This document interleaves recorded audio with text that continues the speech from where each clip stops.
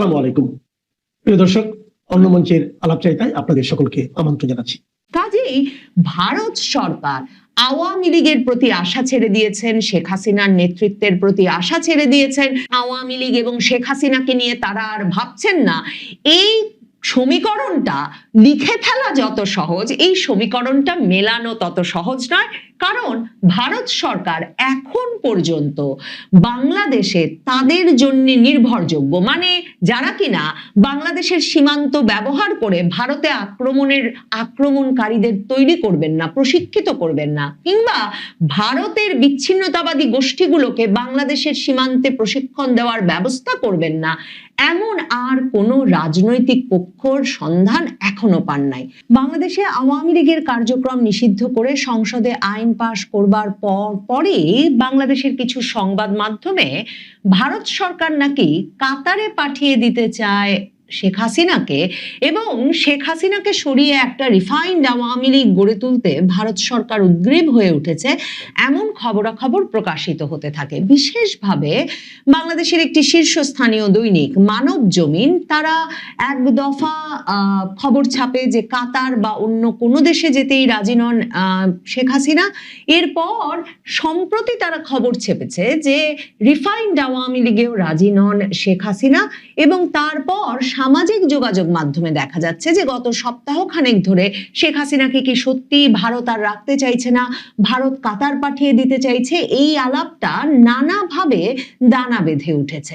দেখেন, কাতার বা মধ্যপ্রাচ্যের কোনো দেশ কখনো আওয়ামী লীগের বা শেখ হাসিনার কোনো খাতিরের দেশ ছিল না। কাজেই কাতার বা মধ্যপ্রাচ্যের কোনো দেশ খুব মানে আগ্রহের সঙ্গে শেখ হাসিনাকে একটা অনির্দিষ্ট সময়ের জন্য রাজনৈতিক আশ্রয় বা আতিথ্য দিতে চাইবেন, সেটা ভাববার কোনো কারণ নাই। এমনকি শেখ হাসিনার কখনো মধ্যপ্রাচ্যের দেশের সঙ্গে এমন কোনো খাতির দেখা যায় নাই, বা মধ্যপ্রাচ্যের দেশগুলোর গণতন্ত্রের বিষয়ে আওয়ামী লীগের রাজনীতির এমন কোনো ভক্তি শ্রদ্ধা দেখা যায় নাই যে সে তার উপরে ভরসা করে শেখ হাসিনা কাতার রওনা হবেন। শেখ হাসিনা ভারতে কতদিন থাকবেন এ প্রসঙ্গে যখন 2025-এর অক্টোবরে ভারতের পররাষ্ট্র সচিব বিক্রম মিশ্রিকে বাংলাদেশের কূটনৈতিক সংবাদদাতারা প্রশ্ন করেছিলেন, তিনি স্পষ্টতই বলেছিলেন শেখ হাসিনা ততদিনই থাকবেন ভারতে যতদিন তিনি চাইবেন। এই একই কথা স্পষ্টভাবে শিক্ষার্থীদের প্রশ্নের জবাবে আইআইটিতে গিয়ে ভারতের পররাষ্ট্রমন্ত্রী জয়শঙ্কর গত ডিসেম্বরে বলে আবারও শিরোনাম হয়েছিলেন যে শেখ হাসিনা ঠিক ততদিন ভারতে থাকবেন যতদিন তিনি চাইবেন, এটা তার ব্যক্তিগত সিদ্ধান্তের ব্যাপার। কাজেই ভারত সরকার হঠাৎ করে শেখ হাসিনাকে কাতার পাঠিয়ে দিতে চাইবে, এই পুরো গল্পটা ভীষণভাবে যে গাঁজাখুরি সেটা বুঝতে খুব বড় রাজনৈতিক বিশ্লেষক বা আন্তর্জাতিক কূটনীতি সম্পর্কে খুব বেশি ধারণা থাকবার প্রয়োজন হয় না। ভারত সরকার সেই 1959 সাল থেকে চীনের এই যে দুর্দণ্ড প্রতাপশালী সরকার এবং চীনের সরকারের সঙ্গে তাদের সম্পর্কের যে ওঠানামা, এক রকমের বিরূপ সম্পর্ক, এর মধ্যেই কিন্তু দালাই লামাকে আশ্রয় দিয়ে গেছে। শুধু তাই নয়, দালাই লামা ভারতেরই হিমাচল প্রদেশে ধর্মশালায় রীতিমতো নির্বাসিত সরকার পরিচালনা করছেন। দেখেন, শেখ হাসিনাকে ভারত সরকারের এই যে আতিথ্য দান, এবং ভারত সরকার এটাকে যে ব্যাখ্যা করেন যে শেখ হাসিনা যেহেতু তাদের দীর্ঘ সময়ের বন্ধু, আওয়ামী লীগ যেহেতু বাংলাদেশের রাজনীতিতে তাদের নির্ভরযোগ্য বন্ধু, কাজেই এই সময়ে তারা মনে করেছেন যে তাদের এই সমর্থনটুকু শেখ হাসিনাকে দেওয়া উচিত। কিন্তু শুধুই কি তাই, বাংলাদেশের রাজনীতিতে শেখ হাসিনা বা আওয়ামী লীগ ছাড়া ভারতের বন্ধু কই? মোদী সরকার বা প্রধানমন্ত্রী মোদী নিজে ভীষণ আগ্রহ নিয়ে হাত বাড়িয়ে খালেদা জিয়ার মৃত্যুর পর যদিও বা দীর্ঘ বন্ধুত্বপূর্ণ সম্পর্কের বিষয় চিঠিতে লিখে কিংবা পার্লামেন্টে শোক প্রস্তাব এনে বললেন বটে খালেদা জিয়ার সঙ্গে ভারতের, কিন্তু ভারত সরকার, ভারতের সুশীল সমাজ, ভারতের সংবাদ মাধ্যম খুব ভালো করে জানে কখনো খালেদা জিয়া সরকারের সঙ্গে ভারত সরকারের সম্পর্কটা জমে উঠতে পারেনি, বরং সবসময় বিএনপি সরকারের শাসনামলে ভারতের উত্তর পূর্বাঞ্চল মানে সেই সেভেন সিস্টার্স অশান্ত থেকেছে, এবং বারবার তারেক রহমানের মা খালেদা জিয়া বাংলাদেশের রাজনীতিতে ভারত বাংলাদেশকে একটা অঙ্গরাজ্যে পরিণত করবে এসব ভয় দেখিয়ে ভোট পেয়ে এসেছেন। কাজেই ওই যে যারা মাহফুজ আনামের মতো সব বাস্কেটে ডিম রাখার কথা বলেন বাংলাদেশে কিংবা ভারতে, শশী থারুরের মতো যারা এই তত্ত্ব দেন, সে তত্ত্বে ঠিক শতভাগ ভরসা যে করা যায় না সেটা ভারতের জাতীয় নিরাপত্তা উপদেষ্টা অজিত দোভাল, ভারতের পররাষ্ট্রমন্ত্রী জয়শঙ্কর, যারা কিনা দীর্ঘ সময় ধরে এই পররাষ্ট্রনীতি কূটনীতি পরিচালনা করে এসেছিলেন, তারা খুব ভালো করে জানেন। কাজেই এই অবস্থায় শেখ হাসিনা মানে বাংলাদেশে যেই দেশটির সাথে তাদের 4000 কিলোমিটারের বেশি সীমান্ত আছে, সেই দেশে তাদের সবচেয়ে নির্ভরযোগ্য রাজনৈতিক শক্তি যেটি, তার নেতাকে দিল্লিতে না রেখে কাতারে পাঠিয়ে দেওয়ার তো ভারতেরও কোনো যুক্তিসঙ্গত কারণ থাকতে পারে না। ভারত দেখেছে এমনকি সাম্প্রতিক সময়ে যে আওয়ামী লীগ যদিও বা শেষ পর্যন্ত নির্বাচনে অংশ নিতে পারেনি, কিন্তু নির্বাচনে বিএনপিকে জিতিয়ে আনতে, জামায়াত বিরোধী একমাত্র পক্ষটিকে জিতিয়ে আনতে, ভারতকে একটা স্বস্তিকর পরিস্থিতি দিতে কতটা ভূমিকা রাখতে পেরেছে বাংলাদেশের নির্বাচনী রাজনীতিতে। সারা বাংলাদেশ জুড়ে আওয়ামী লীগের নেতা কর্মী সমর্থকেরা এই নির্বাচনে শেষ পর্যন্ত বিএনপির পক্ষে দাঁড়িয়েছে। একদিকে তাদের প্রত্যাশা ছিল বিএনপি তাদেরকে রাজনীতিতে আবারও সক্রিয় হতে সহায়তা করবে, অন্যদিকে জামায়াতকে আটকাতে আওয়ামী লীগ ভীষণভাবে একটা কার্যকরী ভূমিকা রেখেছে। কাজেই ভারত সরকার খুব ভালো করে জানে যে তারেক রহমান সরকার ক্ষমতায় আসার পর গত 2 মাসে আওয়ামী লীগের রাজনৈতিক কার্যক্রম নিষিদ্ধ করে আইন পাস সহ যেসব অস্বস্তি সৃষ্টিকারী কাজ করছেন বা যেসব প্রতিশ্রুতি দিয়ে এসেছিলেন প্রতিবেশী দেশ ভারতকে, সীমান্তে সন্ত্রাসবাদী কর্মকাণ্ড নিয়ন্ত্রণ করা সহ যেসব কাজ তাদের করবার কথা ছিল, সেসব বিষয়ে যে নিষ্ক্রিয় আছে, সেই পরিস্থিতিটা চলতে থাকলে রাজনৈতিক কর্মকাণ্ডেও বিএনপিকে মোকাবেলা করবার জন্য আওয়ামী লীগ ছাড়া বাংলাদেশে আর কোনো শক্তি নাই।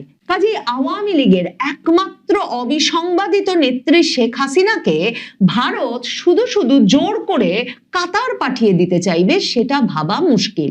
কাতারের পরিকল্পনাটা আসলে হয়েছিল অন্তর্বর্তী সরকারের আমলে, কারণ কাতার অন্তর্বর্তীকালীন সরকারের এই খলিলুর রহমানের অত্যন্ত ঘনিষ্ঠ, এবং সে কারণেই যখন 2025-এর শুরুর দিকে খালেদা জিয়াকে মাইনাস প্রচেষ্টার অংশ হিসেবে কাতারের এয়ার অ্যাম্বুলেন্স এনে তাকে চিকিৎসার জন্য লন্ডন পাঠানো হলো, সে সময় কিন্তু কাতারের এয়ার অ্যাম্বুলেন্সের ব্যবস্থা করে দিয়েছিল অন্তর্বর্তীকালীন সরকার।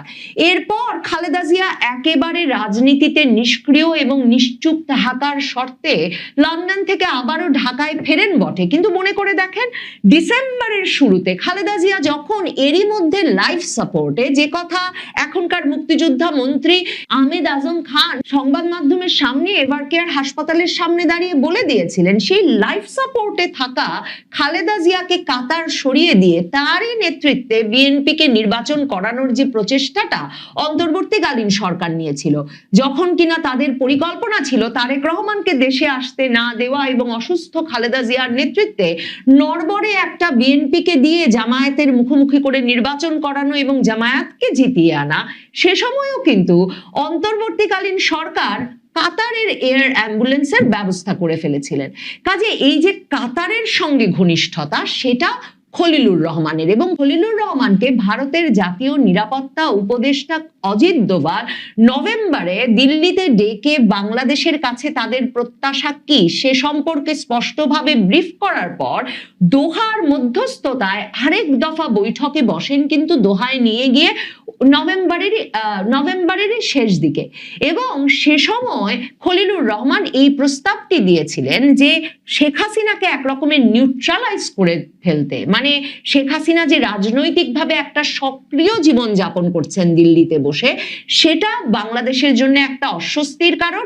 সেই কাজ বন্ধ করতে শেখ হাসিনাকে যেন কাতারের মতো দেশে পাঠিয়ে দেওয়া হয়, যেসব দেশে সামাজিক যোগাযোগ মাধ্যম থেকে শুরু করে নানা কিছু রাজনৈতিক কার্য কার্যকলাপ এমনিতেই নিয়ন্ত্রিত, সেই দেশের ব্যক্তিবর্গের জন্যই নিয়ন্ত্রিত। কাজেই শেখ হাসিনা সে দেশে আতিথ্য গ্রহণ করলে তিনি যে একটা ভীষণ নিয়ন্ত্রিত এবং প্রহরাধীন পরিবেশে থাকবেন সেটা একরকম নিশ্চিত। কিন্তু ভারত সরকার সেদিকে যে কোনো কর্ণপাত করে নাই তার প্রমাণ যে খলিলুর রহমানের সঙ্গে এই আলাপ হওয়ার পরেও ভারত সরকার কিন্তু শেখ হাসিনার সামাজিক যোগাযোগ মাধ্যমে তার দলের নেতাকর্মীদের সঙ্গে যোগাযোগ বন্ধ করেন নাই, বরং গত কয়েক মাস ধরে শেখ হাসিনা নিয়মিতভাবে প্রতি সপ্তাহে একটা সুনির্দিষ্ট সংখ্যক নেতা কর্মীর সঙ্গে তার দিল্লির সুরক্ষিত বাসভবনে সাক্ষাৎ করছেন।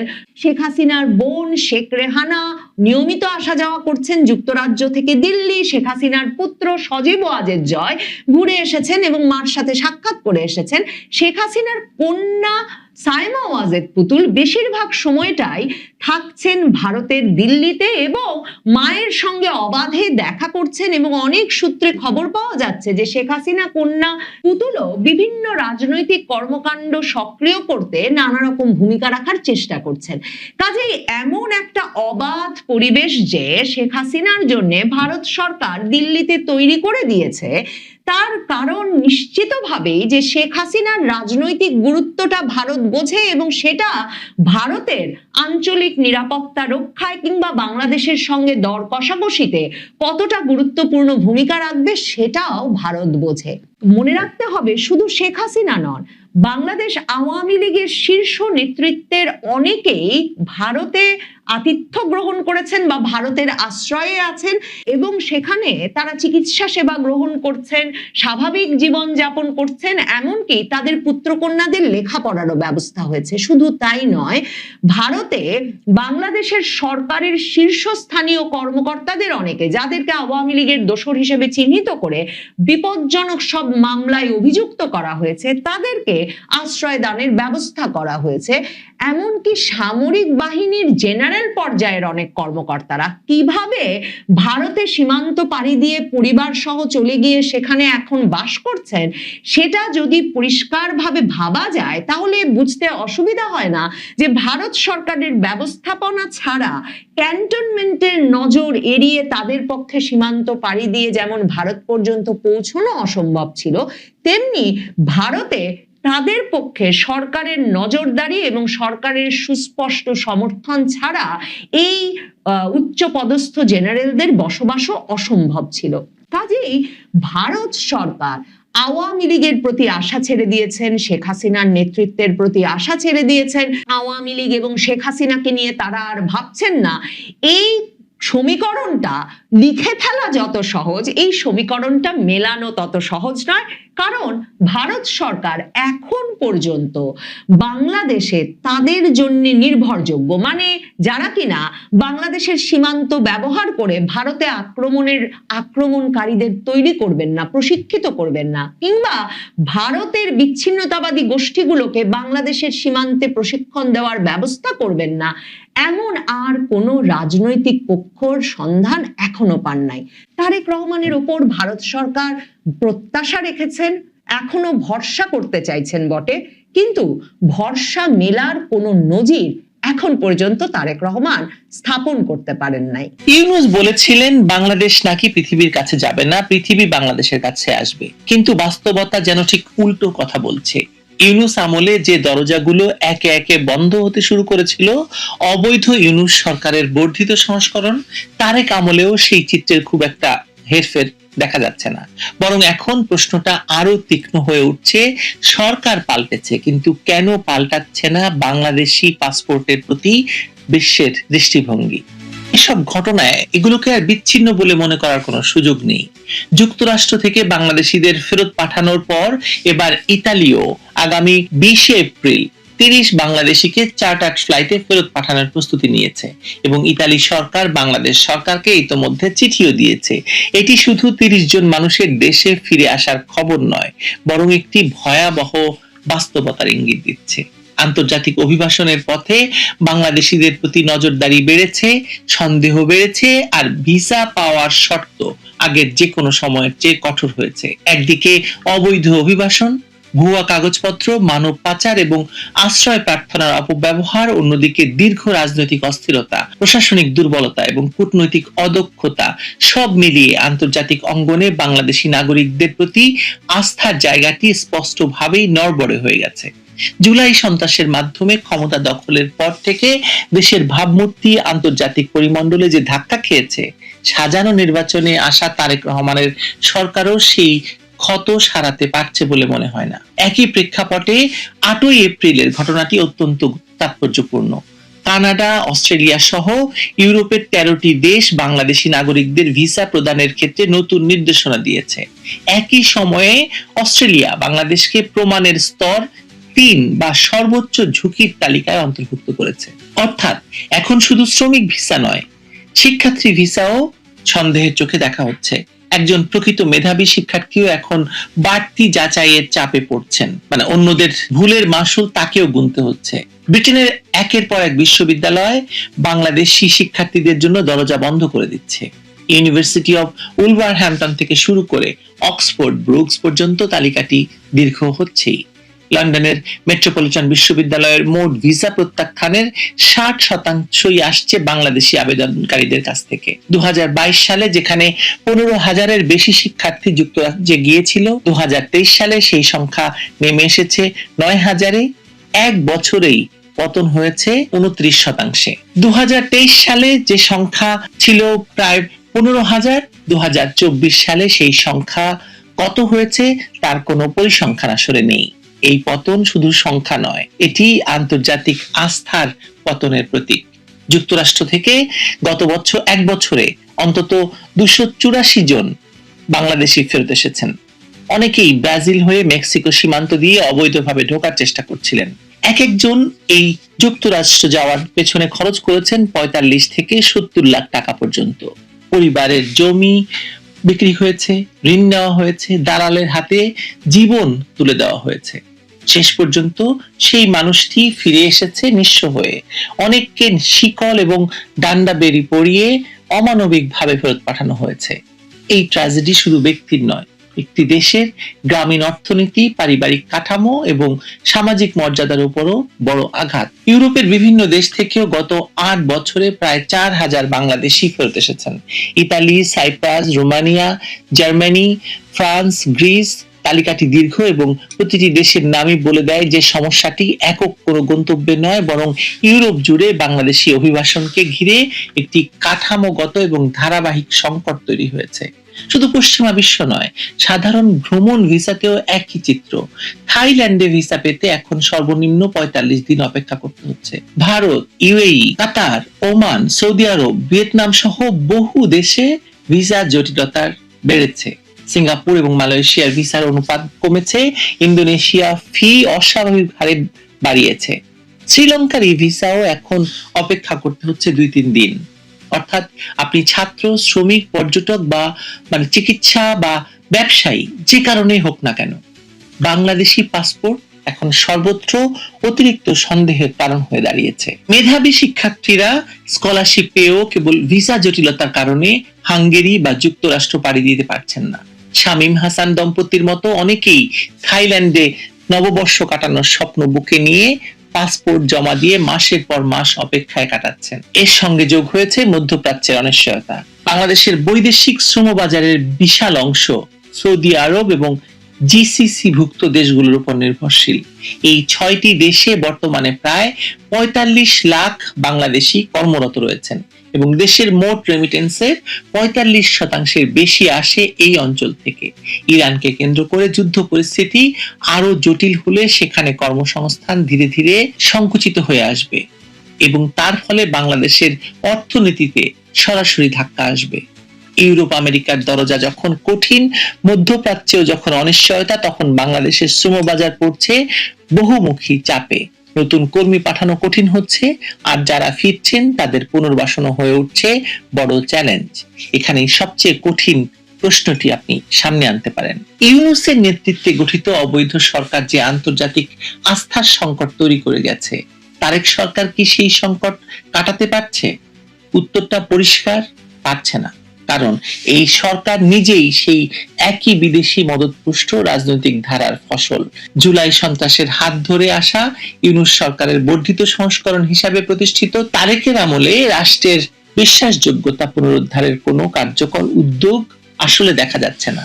বৈধ অভিবাসন প্রক্রিয়াকে স্বচ্ছ করা, দালাল চক্র ভাঙা এবং আন্তর্জাতিক অংশীদারদের সঙ্গে বিশ্বাসযোগ্য কূটনৈতিক সম্পর্ক পুনর্গঠনের পরিবর্তে রাষ্ট্রযন্ত্র ব্যস্ত থাকছে ক্ষমতা টিকিয়ে রাখার রাজনীতিতে। পশ্চিমা বিশ্বে একটি দেশকে যখন ঝুঁকিপূর্ণ ঘোষণা করা হয় তখন অন্য দেশগুলো সেই পথ অনুসরণ করে।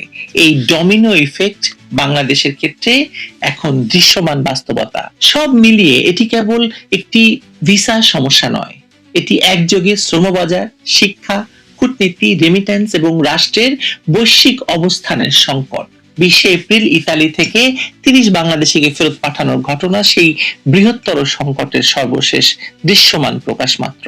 এর আগে গত বছরের মার্চ থেকে এক বছরে 284 জন যুক্তরাষ্ট্র থেকে ফিরেছেন, 8 বছরে ইউরোপ থেকে ফিরেছে প্রায় 4000 মানুষ।